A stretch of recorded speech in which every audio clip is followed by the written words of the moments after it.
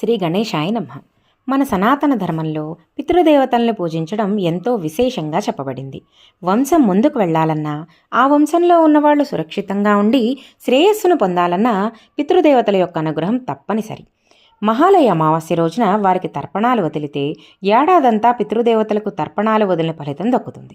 భక్తి శ్రద్ధలతో వారికి ఆహారాన్ని అందించి వారి ఆకలి తీర్చడమే మహాలయ పక్షం యొక్క ముఖ్య ఉద్దేశం. దేవలోకంలో ఉన్న పితృదేవతలు అగ్నిహోత్రంలో చేసే ఆహుతుల చేత, పితృలోకంలో ఉన్న దేవతలు బ్రాహ్మణ భోజనం చేత, యమలోకంలో ఉన్న దేవతలు పిండ ప్రదానం చేత, మిగిలిన లోకాల్లో ఉండే దేవతలు భోజనాల చేత తృప్తి చెందుతారు.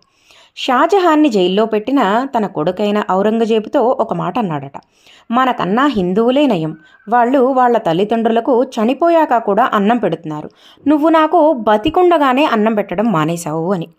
Please like, share and subscribe.